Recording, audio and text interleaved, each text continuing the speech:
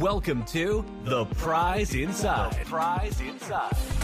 A chiropractor's journey in everyday holistic health and vitality. Here, your host, Dr. Jeremy Myers, delves into the remarkable journeys of everyday people who have embraced the path to health and healing.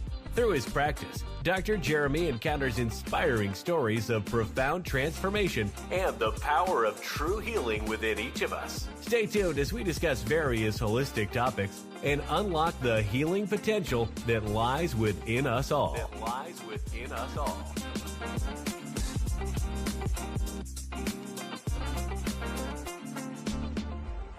Oh, man. Welcome, everybody. Welcome to Whole Health Weekly. Today, we're going to discuss a few different things.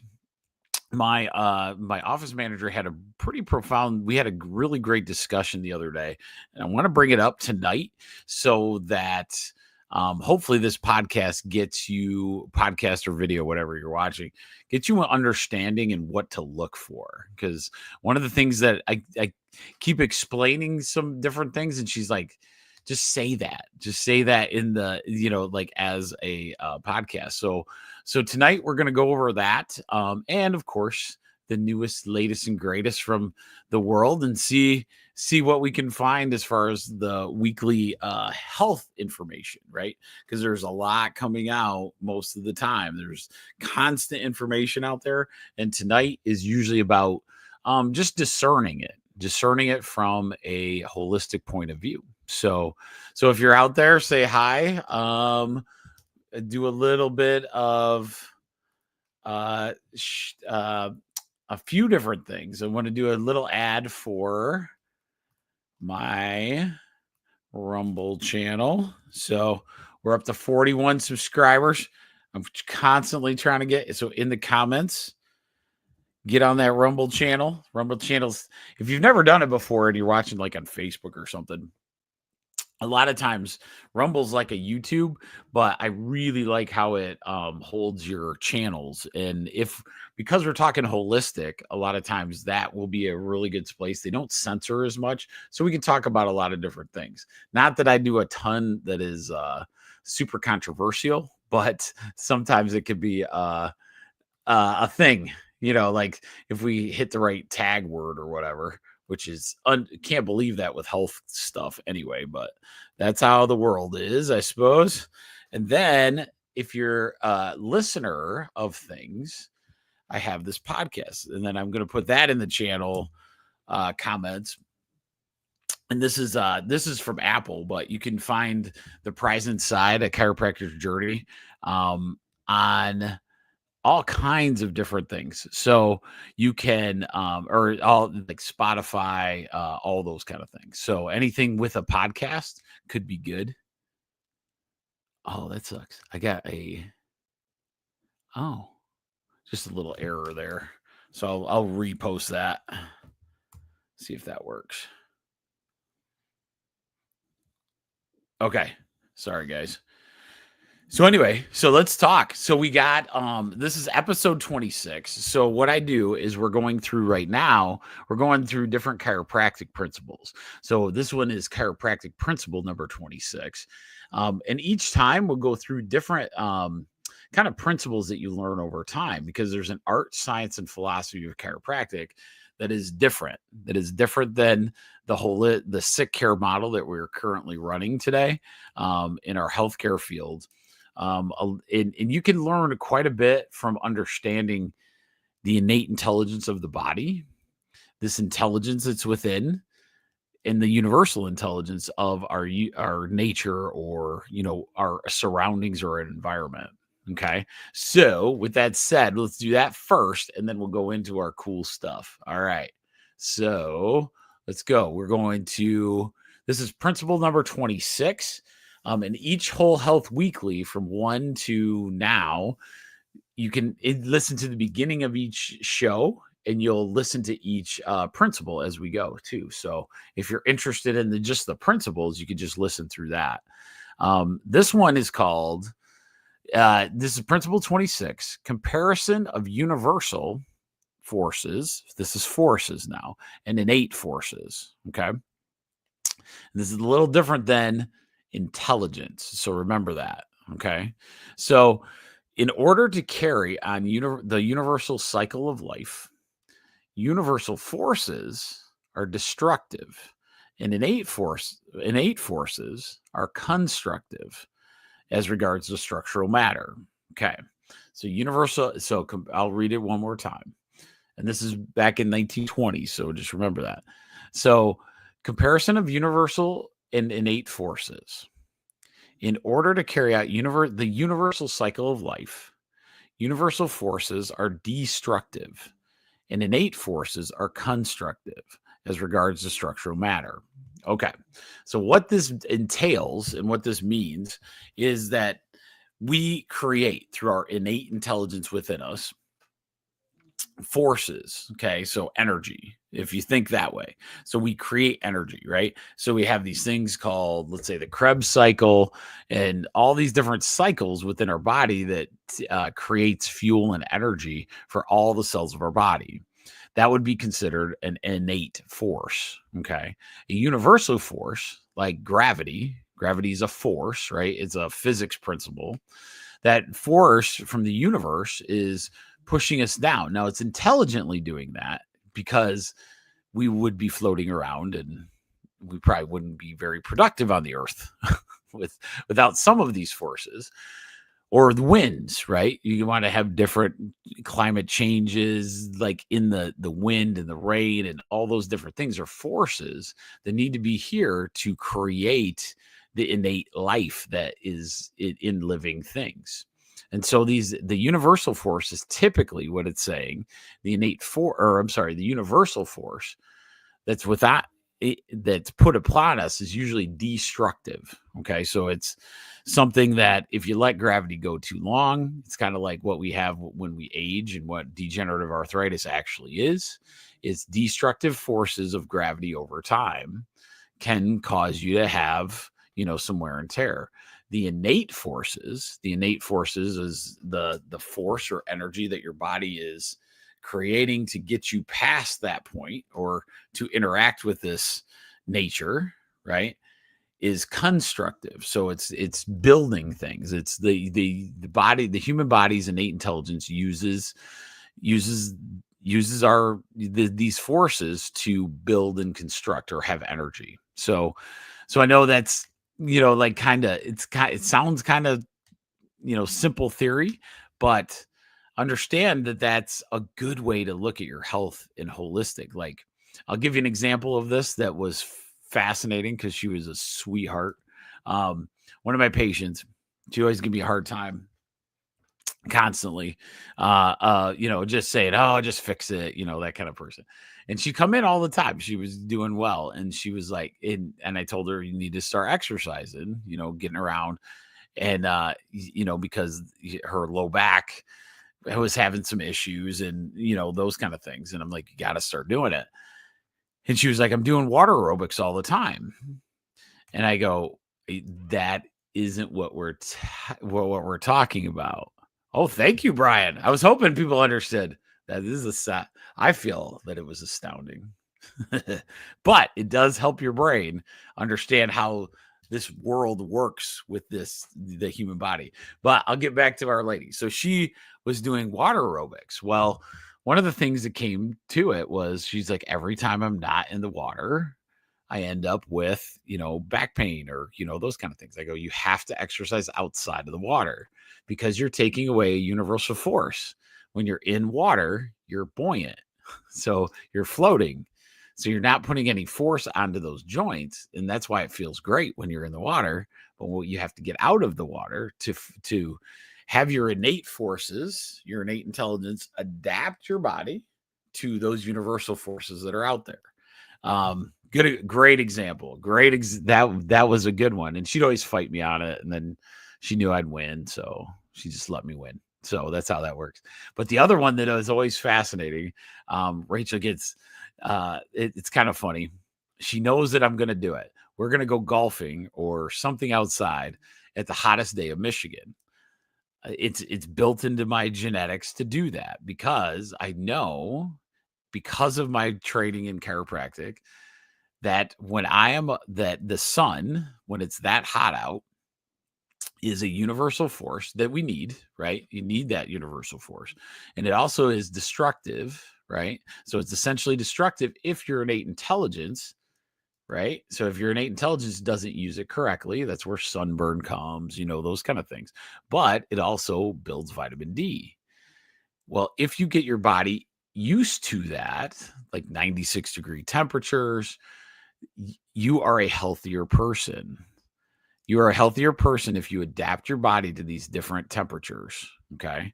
One of the holistic things you can get from me in all these things, there's a lot of health trends out there. And what do they usually go around? Oh man, it's the miracle of the ice bath.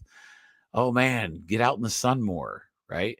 These are all things that these are natural things, holistic. You should be like, yeah, we know.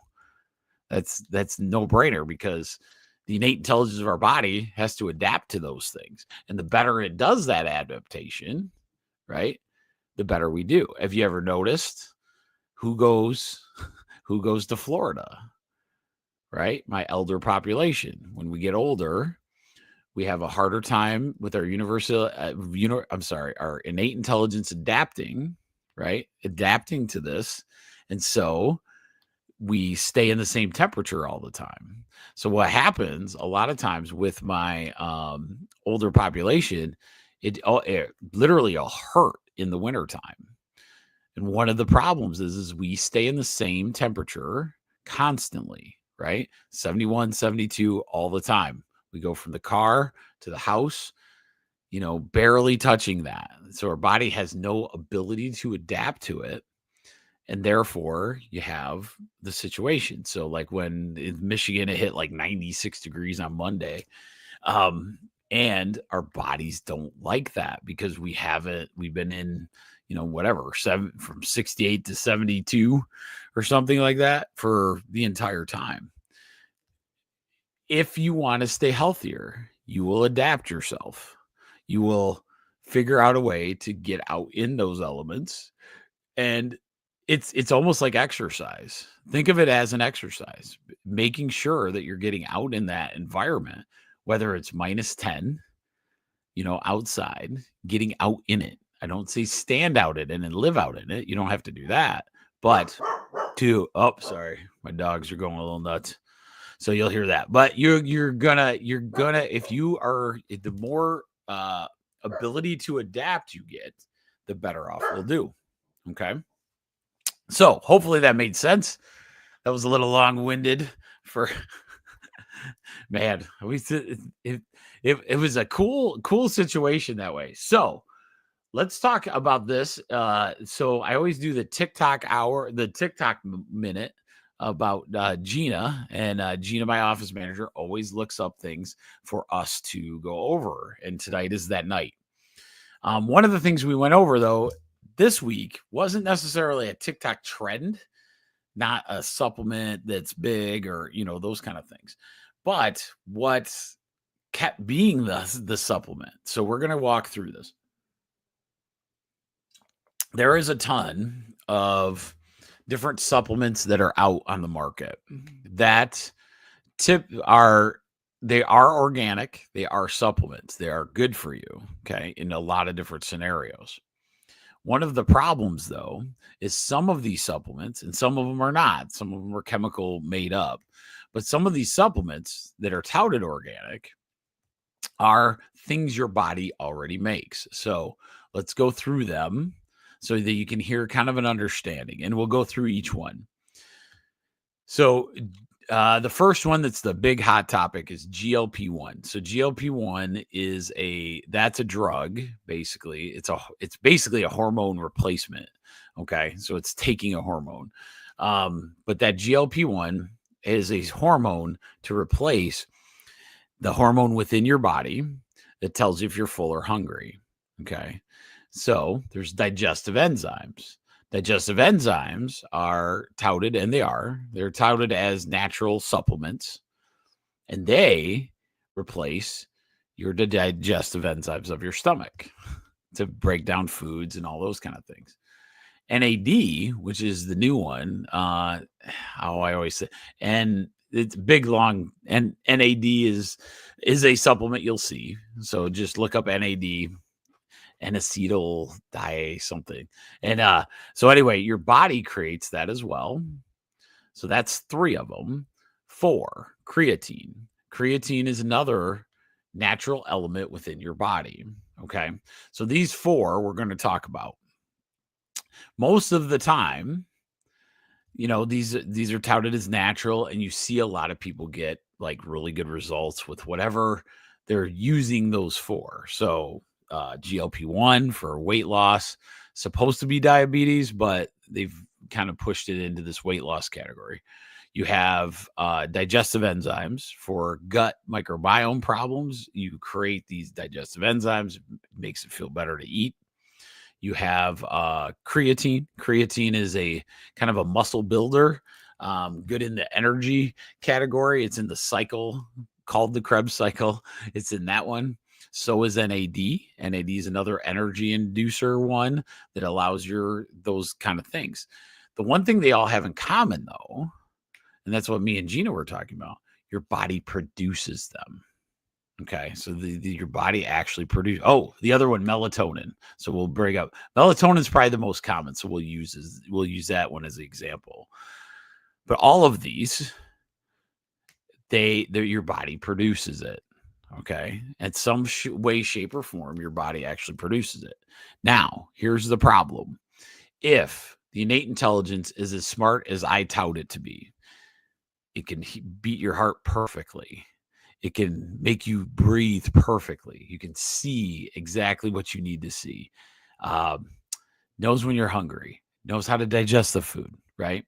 If I start giving your body things that it's supposed to make on its own, then the innate intelligence of the body is going to tell your body, hey, I don't want to make this anymore because I got other uses for that energy, the innate forces, right? I'm going to take that innate energy and I'm going to put it somewhere else because I already got digestive enzymes. I already got melatonin, right? Because I'm getting it from an outside source. The biggest problem with that is over chronic use of any of these that I just named, and they're all organic, they're all, natural supplements touted, you will end up having more issues because over time, your body will stop producing the things you're taking. Good example, melatonin. Melatonin in children. So melatonin is a hormone that your body creates. So when you start taking it, your body stops making melatonin. And so then these kids are either stuck on it where they can't sleep, right? Or, can't sleep without it. You're kind of in that addiction pattern, or you got to find some other way and get them off of it. Creatine's the same way. Kids, you're supposed to, get in there and, not, make all these things that your body creates. Now, why do I bring this up? One of the major reasons I'm bringing this up is because they're not any, as you go through, there's even supplements for GLP-1 that could be good. You just can't stay on them forever, right? We got to have what I call runs. So I'm not against any of them, technically. Creatine, I'm kind of not for children. I don't think children should have it for almost ever, like as you go. Maybe as a slight boost, but that is one thing. But as we age, some of these you could actually take and take well. I take once in a while creatine when I'm doing weightlifting or bodybuilding, right? But I know my body creates it, so I don't want to stay on it for a really long time because I don't want my body to not create it, if that makes sense. Our child, we tried melatonin, and like one time Alexi, my youngest, was she's more built like a night owl, and so she was having trouble for a really long time, and so we tried melatonin just to see before I understood what melatonin was essentially, and that was like a bunch of years ago. 10 years ago. I knew what it was, but I wasn't like, nah, it won't be that bad. Well, then she couldn't sleep without it, right? And so that opened my eyes. I'm like, oh, wow, the innate intelligence is stopping producing her true melatonin. So what you want to do is inspire that innate intelligence to perform that melatonin. So what you want to do in those kind of situations is you want to essentially not, let's say we find out melatonin works for you to sleep. So you're like, oh, this is great. Now I want to find things that produce melatonin or help your body, body activate the melatonin it has. Then you know it's going to work too, right? So digestive enzymes is a good example. A lot of people will take digestive enzymes and then they'll be stuck taking them to feel good anytime they eat because they don't produce the digestive enzymes anymore because they take digestive enzymes all the time. So one of the things you do is you go, okay, well, I know it works. So that means my digestive enzymes aren't communicating properly. So I got to fix that. So what do? You find supplements to promote the digestive enzymes to get released, right? You can do that or just go in short runs like of these different ones. Right now, NAD, that one I was telling you about, is a big one with all the movie stars and stuff. They're saying they're losing weight and they got better energy and blah, blah, blah. And which is great. And it could be absolutely. But just remember, if you do it, your body produces it. And if your body produces it, then it's not one you want to be on for long term. You want to do it in runs. Let's say 1 to 2 weeks. You want to do it, not every day. Okay, not every day, because otherwise you'll get into that situation. The older we get, the bigger run you have to do. Okay, so when you have nutritional, let's say, let's use melatonin. Melatonin, if I was 70 years old, not a big deal because your innate intelligence isn't producing as much melatonin anyway, and that might be why you're not sleeping. So now you can take what I call a bigger run. So let's say you can take that one for 3 months, right? And get a really good result without affecting your melatonin production. But like as a kid, you only 1 or 2 days and you're getting out of there because you don't want their innate intelligence to immediately spark and pick that up. Hopefully that makes sense. All right, Barb, thank you for that great message. I agree. So that's one of the things, the reason I really want to focus on this is when you're researching a new supplement in any way, shape, or form, you're going to see them all the time. I know half of you, we already know the AI like reads your brain waves or something, and it just knows what you're going to buy the next time or what you're trending in and you're just interested in.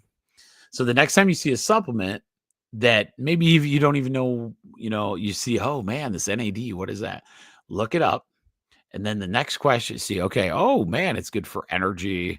It's good for, maybe some weight loss or whatever, right? But also, next question, does my body produce on NAD on its own? That's the next question you want to ask. If it does, then it's one of those you want to slow walk into, okay? So you want to slow walk into those type of supplementations so you don't get stuck where you can't not have it. That makes sense. Hopefully I got some 3 thumbs up tonight, so I'm pretty happy about that. So you guys are getting it. So the biggest thing is like there's going to be supplements out there that are there's going to be tons that will essentially try to replace something our body already creates.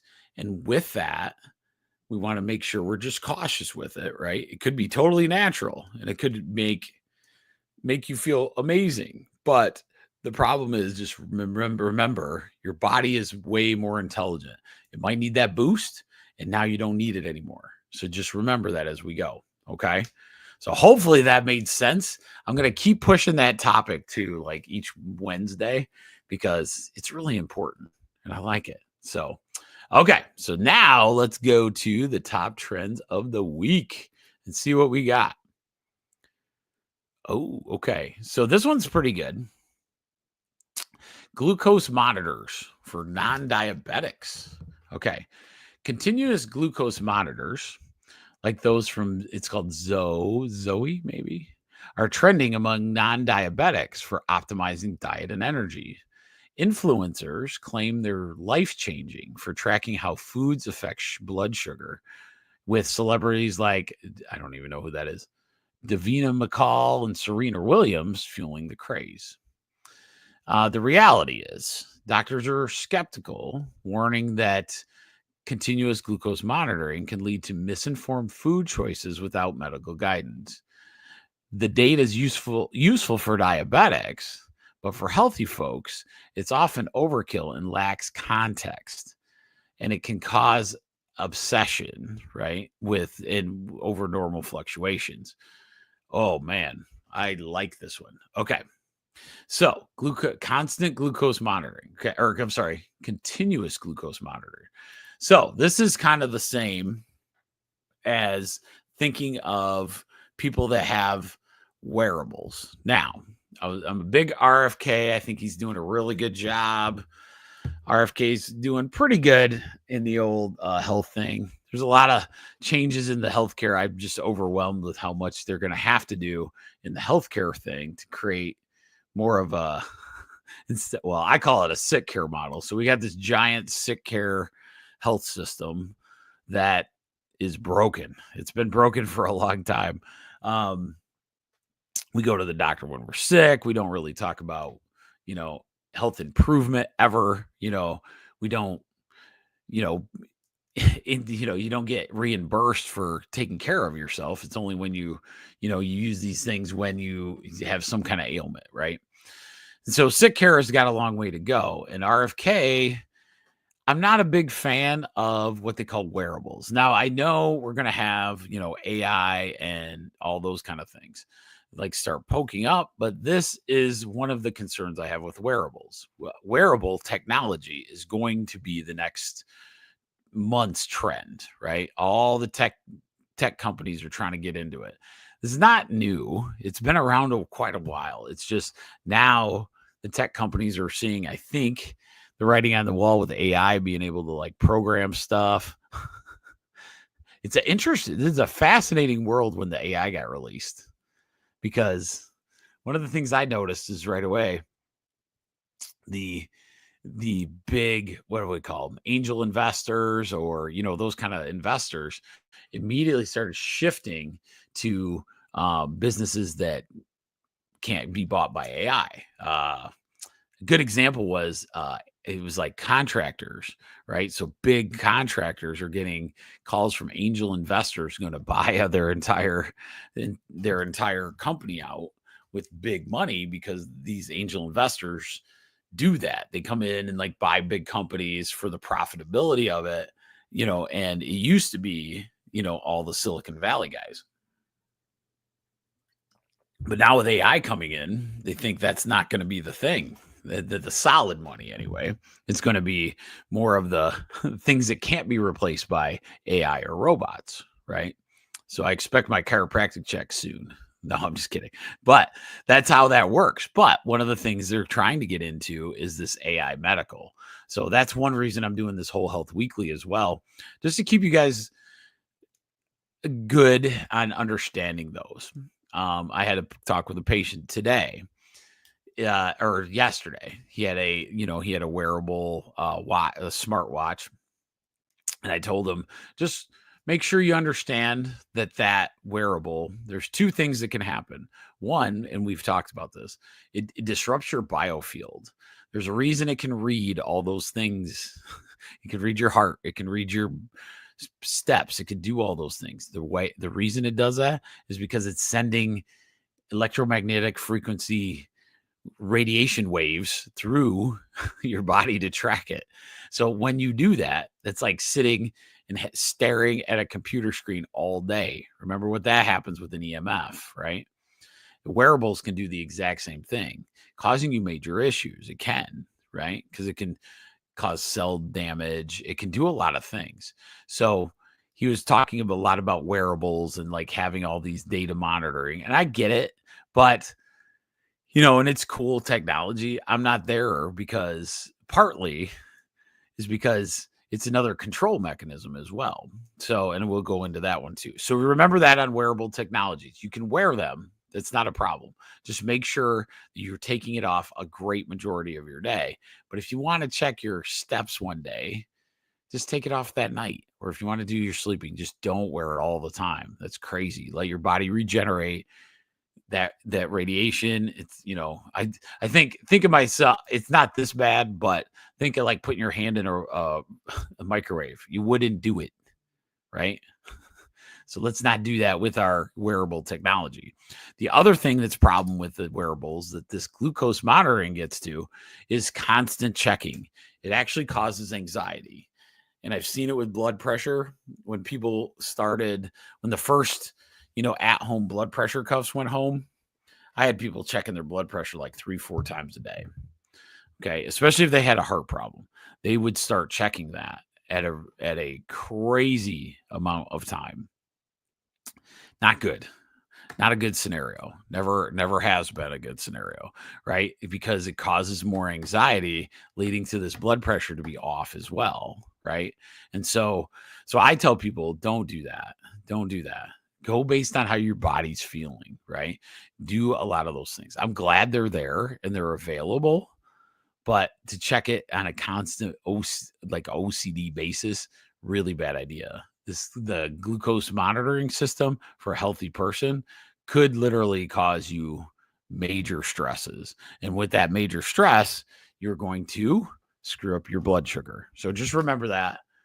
I know that was a little long-winded. Hopefully it wasn't too bad in the understanding of it. All right. Let's look at... Okay, so this is kind of a cool one. I talk about this a lot. Weight training's rise, especially among women. Weight training is exploding with a 25% increase in women's workout uploads on this one app last year versus from this big gym report. It's not about just aesthetics. Longevity is the draw. Strength training boosts mobility, bone health, and metabolic rate, making it a cornerstone for healthy aging. Women are leading the charge, breaking stereotypes about lifting heavy. Low-impact workouts like Pilates and yoga are also gaining traction that help with the recovery part. And I tend to agree with this 100%. So a lot of times in these different scenarios, in weightlifting especially, women, it's a really, really good idea to get into some kind of weightlifting regime. Heavy, you don't have to necessarily. The reason it's so important is because women have their hormones don't balance as easy as the guys. And with weightlifting, a lot of times you can actually balance your hormones quite more effectively than if you didn't have that. Okay. So just remember that, as you go and picking different things, picking up some dumbbells, getting into weightlifting as part of a woman's daily routine or daily exercise routine is a really good idea. And the number one way to stay away from osteoporosis, ladies, is weightlifting. Innate intelligence. Let's go to that. Ready? Still in the sick care model. People talk about this. Drives me crazy. Okay. Osteoporosis. Ready? Osteoporosis. They go in, they do a test on you, and you're like, oh, I'm 30% osteoporotic. All right. So I go, what did they tell you to do? Take this supplement, but I got to take a prescription level. Oh, okay. I go, that's fine. The prescription's fine, but that's not going to help you the most. You know what's going to help you the most? Your innate intelligence. But I don't say that, but I say, they go, what? I go, weightlifting. Weightlifting tells your innate intelligence, okay, to build muscle.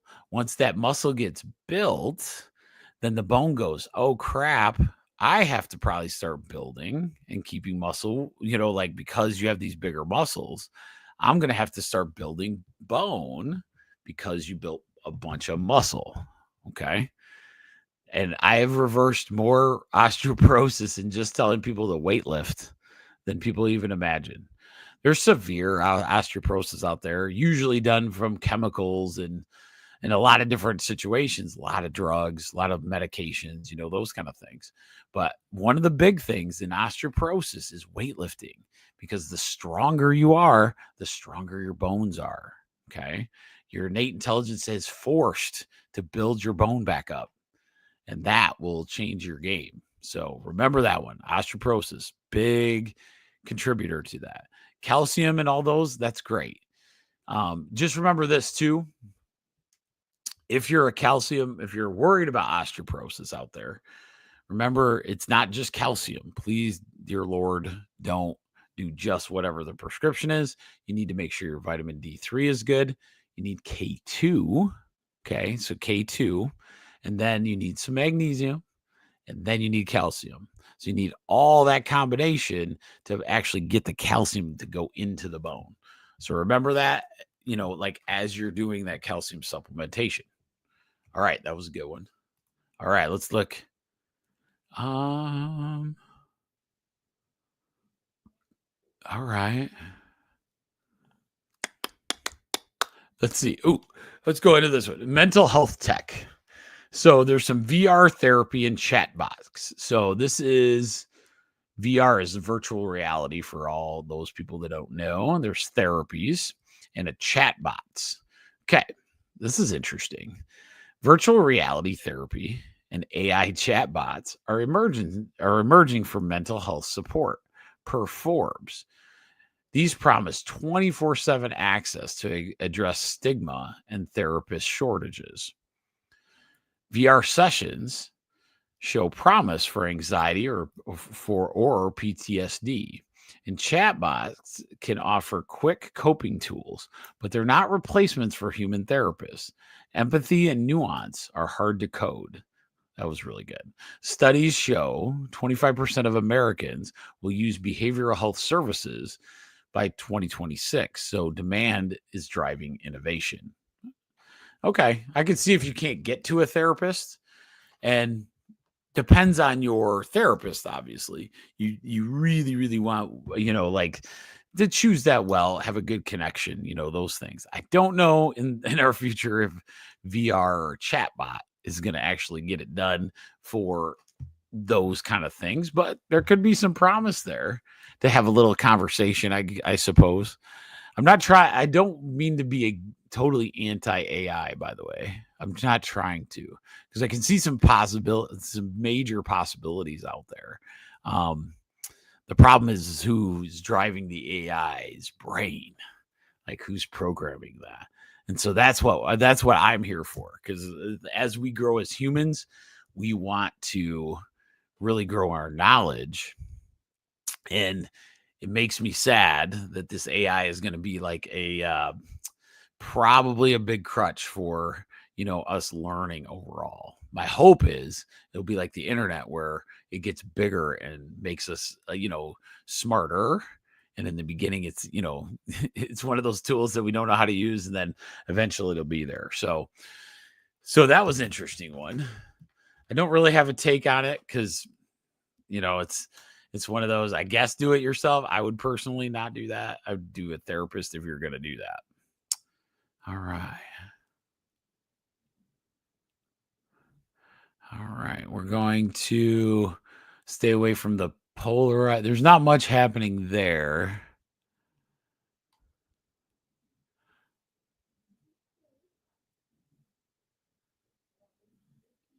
Oh, okay. Okay. This one's pretty good. And then we'll go into the good holistic stuff. Okay. So health cost pressures and affordability. Hospital service costs rose 4% year over year. So that's this, year from last year to this year, outpacing general inflation 2.4% per a June 18th report. Medical debt climbs to 12%, and adults borrowing about $74 billion last year for care. The reality is rising costs are hitting consumers hard, even with insurance, as deductibles and premiums they creep up. Employers are focusing on integrated care models to curb waste, like condition-specific programs for chronic diseases. So that is an interesting topic. That is something maybe, we can go into. The biggest thing is like understanding this. The people that do self-care, that understand that part of their budget of their life is going to be taking care of themselves, regardless if they have coverage of certain things. Healthcare coverage or the sick care stuff, they're going to cover less and less anyway. Just is call it what it is, and it sucks. You would hope that healthcare insurance would come along with the game, but they just don't. And it's they're in it to make money, and that unfortunately that's the way it goes. It's taking care of yourself. They don't understand.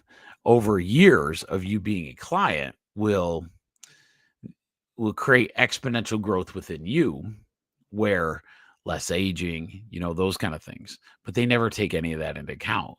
So this person that's taking care of themselves really, really well is paying the same everything that a person that doesn't take care of themselves once does. That's a problem. That's a problem we have. It doesn't make any sense, right? You're investing in the one piece that's exponential. Remember, there's nothing more valuable than your health, right? And our society currently takes our most valuable asset that we have, and we don't even do the oil change. We don't even do a damn oil change. Think about that. We have the human body. We don't get our spine checked. We don't exercise. We put stuff in it, put a bunch of junk food in it. We do all these things, and it's the most valuable thing you have. But you have a Ferrari because, you work 70 hours a week and you're making, a ton of money, but you can't afford to take care of the actual asset you have. It's kind of sad because I always think of Steve Jobs, because that guy had the world by everything, and he worked himself into not being around way earlier than he should have, right? Those are the kind of stories I don't like hearing. So health is something that is more valuable than anything that you could possibly imagine. And we have to start taking care of that, right? And once we get that habit and that mindset, it's amazing. Like watching people, except for my robotics kids, we've had a little meeting today. They're making fun, and I haven't figured out anything to make my hair less gray. So they were making fun. They saw my driver's license and I had actual black hair. They're like, "Man, you don't look that much different." And that was a while ago, except for that gray. You got some serious gray hair compared to like when whatever, the 3 or 4 years ago that it was there. And I was like, well, I coach robotics, you guys. So that made me gray hair all the time. So anyway, so the biggest thing is like, try to feel better every day. And there's so many options for you. Good supplementation, good food, movement, right? Getting a chiropractor, getting a massage person, getting a nutrition person, whatever that is. And the cost is so low if you don't wait so long, right? If you don't wait long to like have these things where you're having major issues, then the costs stay low, right? The average person that takes care of themselves, this is a true story in chiropractic. If you did chiropractic, let's say once a month or once every 2 weeks, right? You're talking, let's say $1,000 for the year. You do another massage. Let's say you do a massage once a month. So let's say, and I'm just throwing the number out there. Let's say it's another $1,700. And so then you do these supplements and you keep that at $1,000. $3,000 a year is a lot better than a low back surgery of 180 grand out the door. Right? So taking care of that is much better than let's ignore it until the engine starts smoking, right? So just remember that as we go, because the cost will keep going. And the incentive, it's very weird because a lot of health insurance went in bed with the drug companies to kind of mask a lot of this stuff. And because they went that direction and not the patient direction, I think we have to force them to go to the patient side, and then they'll be there. Because I really believe that if you force the issue necessarily towards them, right, saying, hey, I want you to do this, this, and this, then I think the product will be better for us. We just have to know to ask. That's our biggest problem, is we don't ask. Okay. So I blame it on us as well. That's why our health insurance goes a certain way, because you want all these different drugs covered. Like one of them, this weight loss drug, there's one drug out there, $1,600 a month. I was like, I just gave you $3,000 for the year, guys. $3,000 for the year gets you like every other week, getting checked. How much is a gym membership now? $10 a month. So you're talking like, if you took care of yourself, probably like $3,500 a year, and just set that aside for your self-care. Oh my gosh. Its cells change exponentially. Your health starts changing. Your innate intelligence knows what to do. You feel better all the time. It'd be a good investment. Just saying. All right. So let's go into. All right. Shoot.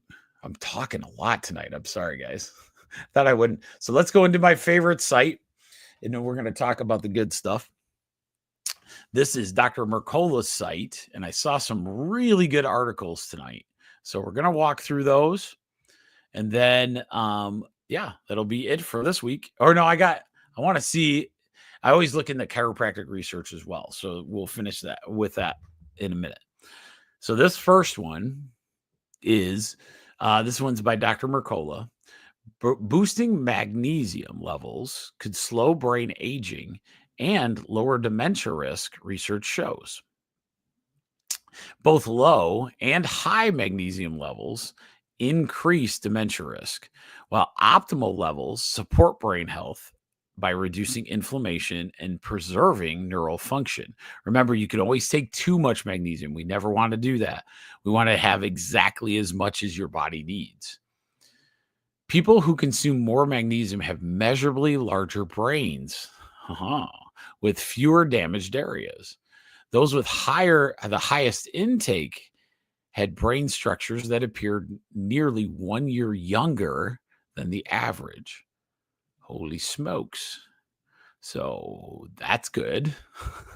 Magnesium works synergistically with vitamin D for cognitive benefits, with studies showing better memory and processing speed in people who have sufficient levels of both nutrients, which we don't want to overdo either of them, right? Modern soil depletion. Okay, so modern soil depletion over time of, farming and all those kind of things has reduced magnesium in foods. Okay, so only 30 to 40% of dietary magnesium is absorbed. This makes supplementation super beneficial for most people. Magnesium glycinate and malate are recommended supplemental forms. Nuts and seeds should be avoided as magnesium sources due to their high linoleic acid content. Okay, so magnesium glycinate, there's several ways to take magnesium. There's magnesium citrate, magnesium glycinate, magnesium malate, and there's this new one for brain health called magnesium threonate. All of these are great ways to take it. The big thing is out of that, did you hear that your brain actually is if you take the right amount, your brain actually measures 1 year younger? That's pretty awesome. That tells you a lot. And that's telling you, and they're doing a ton of these kind of studies because they're trying to figure out concussions, because they've seen people recover from concussions to the point where, you can go back into like a football, right? Or, that kind of sport. And they're trying to find out this really good brain nutrition, and magnesium is a big part of that. So remember that. But you got to make sure if you take too much, then you can have the opposite effect. So you want to take just as much as you need, kind of like what we were talking about with those supplementations that were, out there. Okay. So that was a good one. All right. This one was kind of interesting, but just remember it. Okay. This is another Dr. Mercola. This ingredient in ice cream keeps it keeps it from melting, but harms your gut and overall health. Ice cream that resists melting in summer heat is often packed with emulsifiers like polysorbate 80, which weakens your gut lining and can trigger chronic inflammation throughout your body.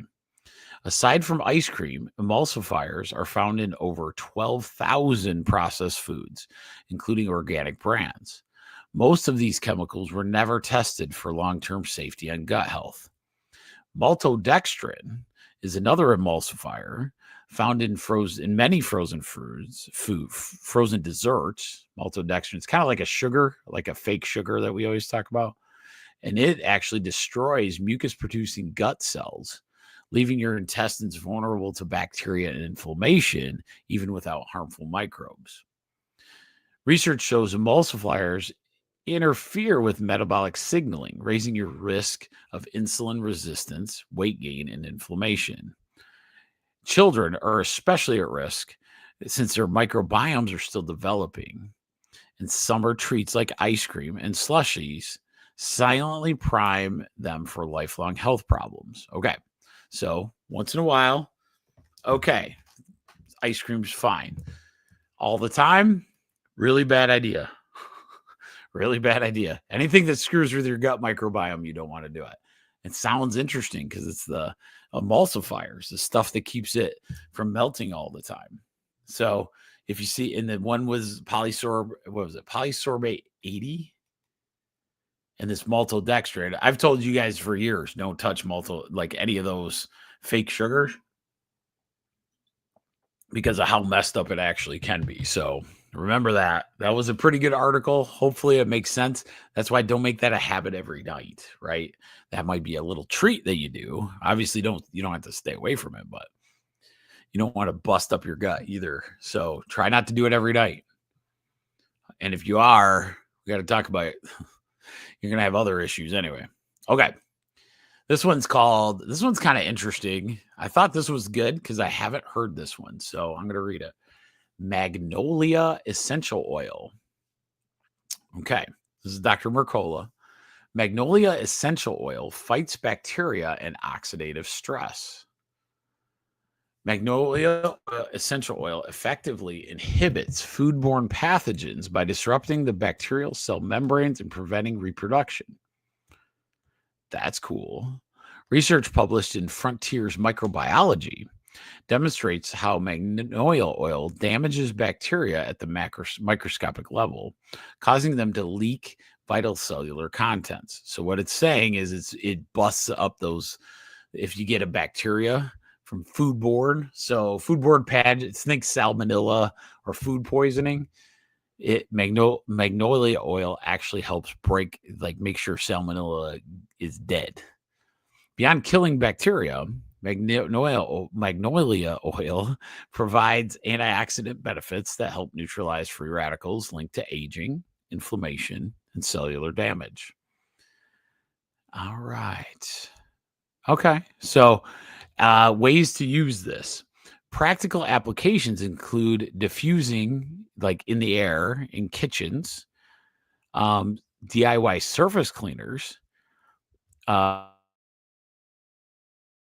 adding magnolia essential oil to hand soaps can make really good natural defense to harmful microbes, because I don't think you eat them. Oh, I guess there are. So some Chinese medicine, you can actually find magnolia flower buds, and that used in Chinese medicine for headaches, sinus congestion, and resolve some symptoms of cold respiratory infections.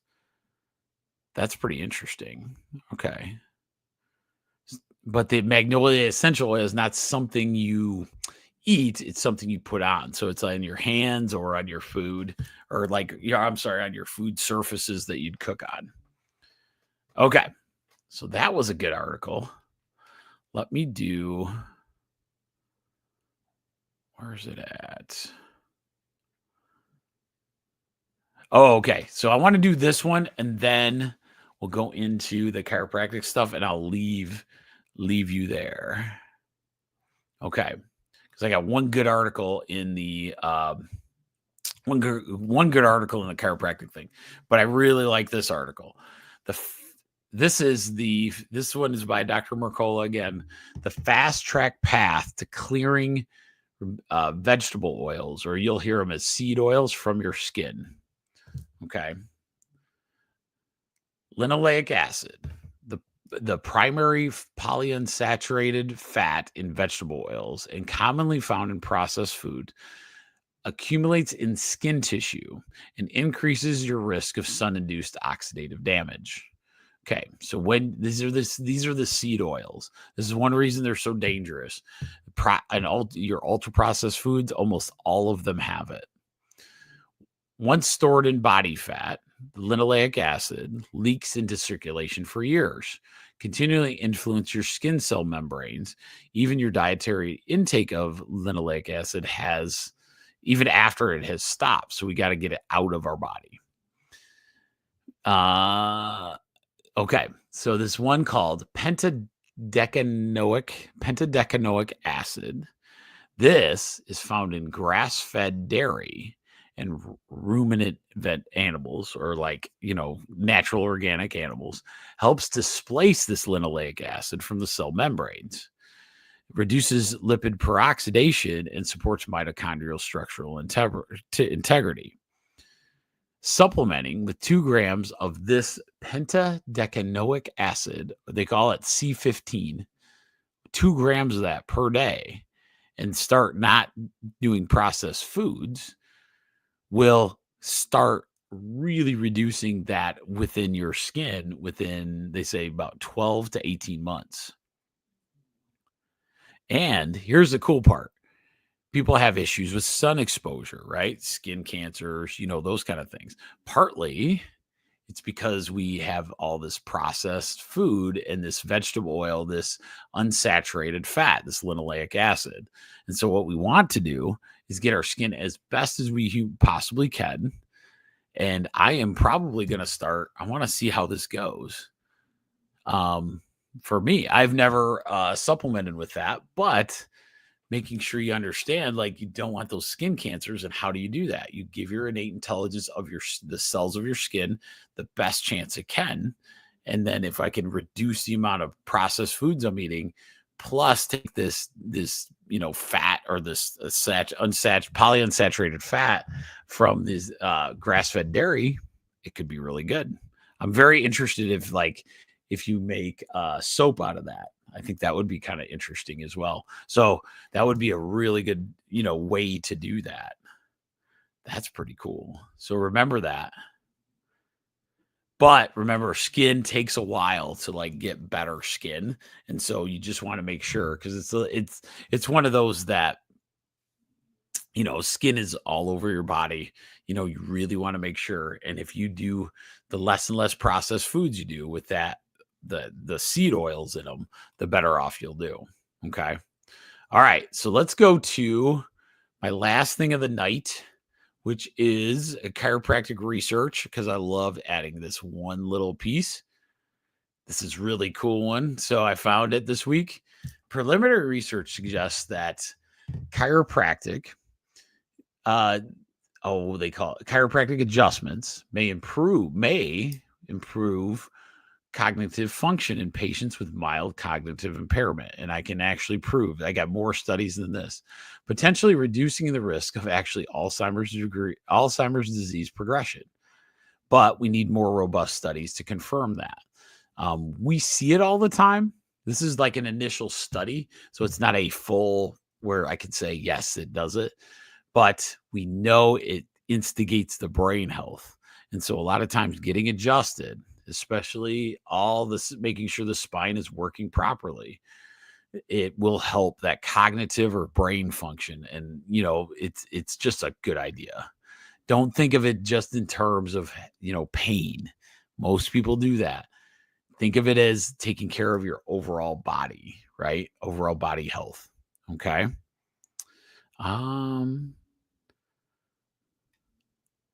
Good. I think that's it. Yeah, I think that'll be it for tonight.